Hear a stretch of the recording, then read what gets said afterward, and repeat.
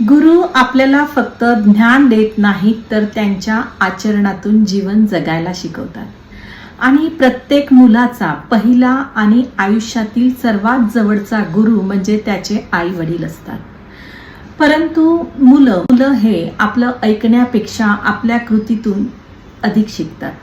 म्हणूनच आज गुरुपौर्णिमेच्या दिवशी आपल्या घरात नकळत अशा 4 सवयी असतील आणि त्या सवयींचा आपल्या मुलांच्या मनावर खोल परिणाम होत असेल तर त्या सवयी आपण आजच सोडूया. त्यातील पहिली सवय सतत भांडण करणे.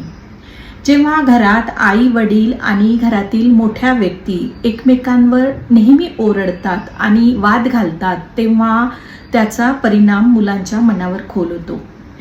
आणि मुलांनाही असं वाटू लागतं की प्रत्येक प्रश्नाचा मार्ग काढण्यासाठी रागाने बोलणे आणि भांडणे हाच एक उपाय असतो.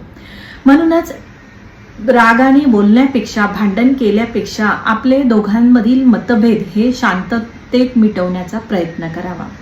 नंतर दुसरी सवय, घरात सतत इतरांची निंदा आणि टीका करणे. जेव्हा घरात कुणाची तरी निंदा टीका आणि टोमणे असे प्रकार केले जातात तेव्हा मुलंही तशाच प्रकारची भाषा आणि वागणूक शिकतात. म्हणूनच मुलांना त्याऐवजी दुसऱ्यांचा आदर करणे आणि चांगल्या गोष्टीची दखल घेणे ह्या गोष्टी शिकवाव्यात. नंतर तिसरी सवय, शब्द न पाळणे. दिलेला शब्द न पाळणे. उद्या करून देऊ, उद्या घेऊन देऊ, नंतर करू अशा प्रकारचे वाक्य वारंवार बोलूनही ते न पाळल्यामुळे मुलांनाही दिलेल्या शब्दांची किंमत कमी वाटू लागते. म्हणूनच पालकांनी स्वतः आधी प्रामाणिकतेचे आणि विश्वासार्हतेचे उदाहरण द्यावे. मुलंही तसंच शिकतात. नंतर चौथी सवय, मुलांच्या निर्णयामध्ये विनाकारण हस्तक्षेप करू नये. जेव्हा मुलं लहान असतात तेव्हा त्यांना आपल्या मार्गदर्शनाची गरज असते. परंतु जेव्हा मुलं मोठी होतात तेव्हा त्यांच्या निर्णयात जर आपण विनाकारण हस्तक्षेप घेतला तर मुलांचा आत्मविश्वास कमी होऊ शकतो.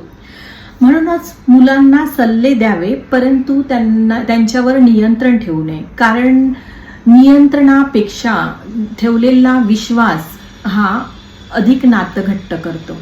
मुलांना चुका करू द्यावे आणि त्या चुकांमधून त्यांना शिकू द्यावे. अशा प्रकारे आज गुरुपौर्णिमा आहे आणि गुरुपौर्णिमेच्या निमित्ताने